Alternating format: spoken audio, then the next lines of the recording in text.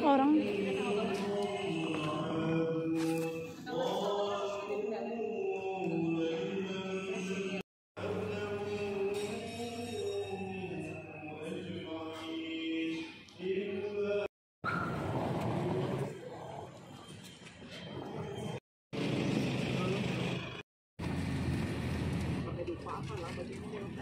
Itulah bulan naik gaya anu lah gaya Iya kok pina bapak perlu dokumennya kena. silakan Bu.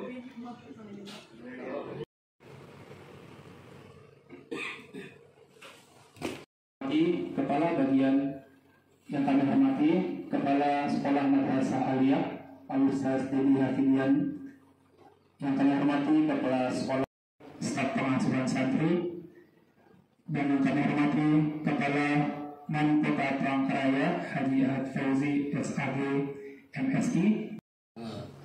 Saya terkenal keinginan mengucapkan selamat datang.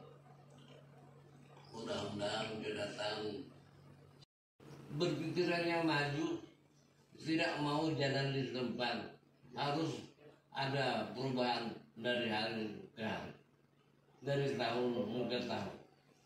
Walau dari awal jorok, begitu anggapannya.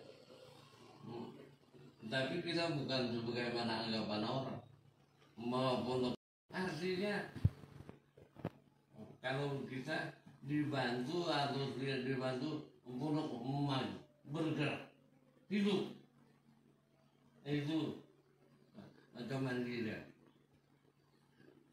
Dibantu atau tidak dibantu, pondoknya akan bisa hidup sendiri dengan kekuatan sendiri.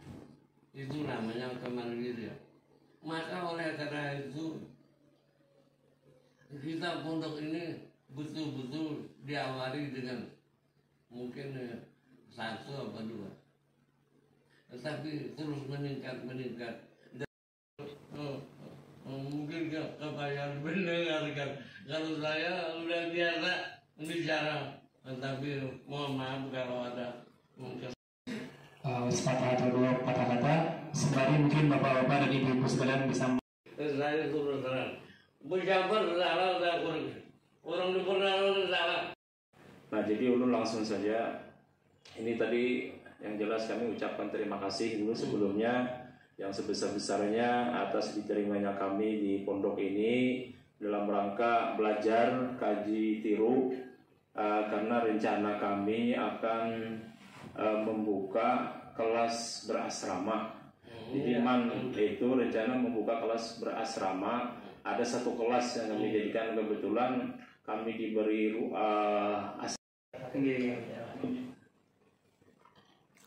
Bismillahirrahmanirrahim. Assalamualaikum warahmatullahi wabarakatuh. Alhamdulillah rabbil alamin. Anak-anak yang nanti di kelas berasrama, maka langsung saja fokus. Mungkin saya kepada teknis, ustadz atau ustazah yang di porsinya kalau di pembelajaran bahasa itu seperti apa, artinya dalam 1 pekan itu kan ada, apakah betul-betul 50-50 bahasa Arab bahasa Inggris, atau ada perbandingan misalkan variasi berapa sehingga ahlu hawiyah itu terbentuk kepada siswa-siswa kita semuanya.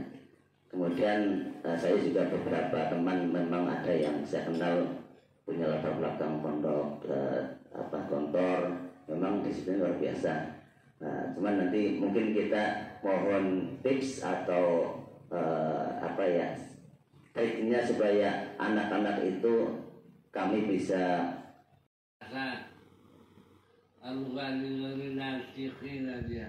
jadi bagi orang yang bukan bahasanya Arab, termasuk kita, bagaimana belajar bahasa atau menghidupkan bahasa, khususnya untuk di sekolah atau asrama yang baru, itu selalu mengisi dengan yang namanya kegiatan-kegiatan.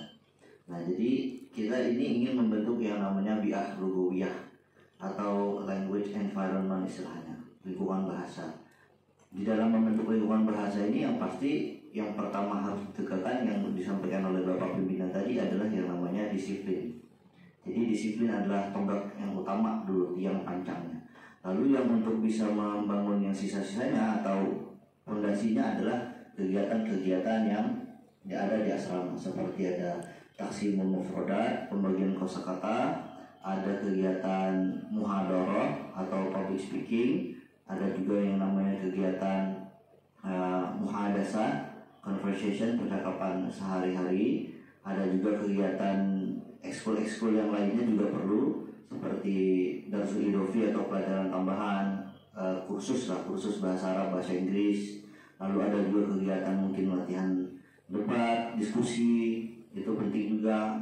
Lalu ada kegiatan latihan MC, jadi MC juga perlu. Lalu ada kegiatan pengecekan kosakata, bahkan sampai di kegiatan lomba-lomba juga perlu demi memotivasi atau mengangkat mendisiplinkan santri atau di madrasah kami sebutnya siswa atau peserta didik.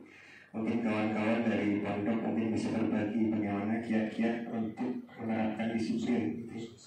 Karena juga salah satu yang kami terapkan di madrasah. Dalam pendisiplin ini yang paling utama itu kita sebagai pendisiplin. Bagaimana kita mendisiplinkan diri kita sehingga kita bisa mendisiplin orang lain nantinya. Jadi bagi saya, menurut saya itu hal yang paling penting yang kita alami. Artinya di pondok itu keteladanan seorang pendidik itu penting. Ya. Ada yang berkonsentrasi di bidang media sosial.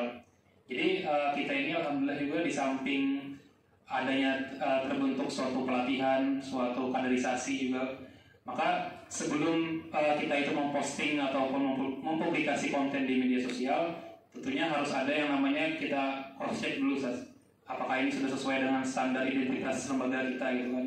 Semuanya dalam hijrah standar identitasnya seperti apa. Misalkan postingan yang dipublikasikan itu harus untuk aurat pakaiannya, kemudian dari segi perkataannya yang baik-baik seperti itu. Nah itu kan nanti setiap lembaga itu biasanya akan mempunyai ciri khasnya tersendiri gitu. Di satu sisi juga kita mesti mengkaderisasi atau mengajarkan generasi-generasi adik-adik kelas itu untuk juga bisa melanjutkan publikasi itu sendiri. Jadi misalkan yang seniornya ini sudah berpindah tugas misalkan ataupun sudah keluar dari pondok ini.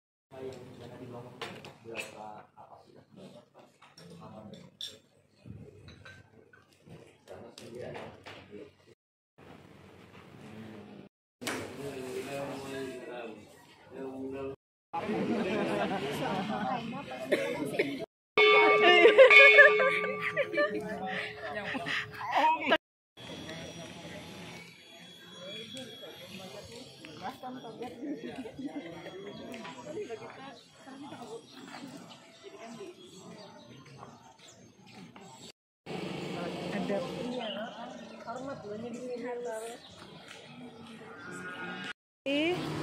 diragap. Padahal kita tuh yang punya ada kita loh. Enggih. Bapak.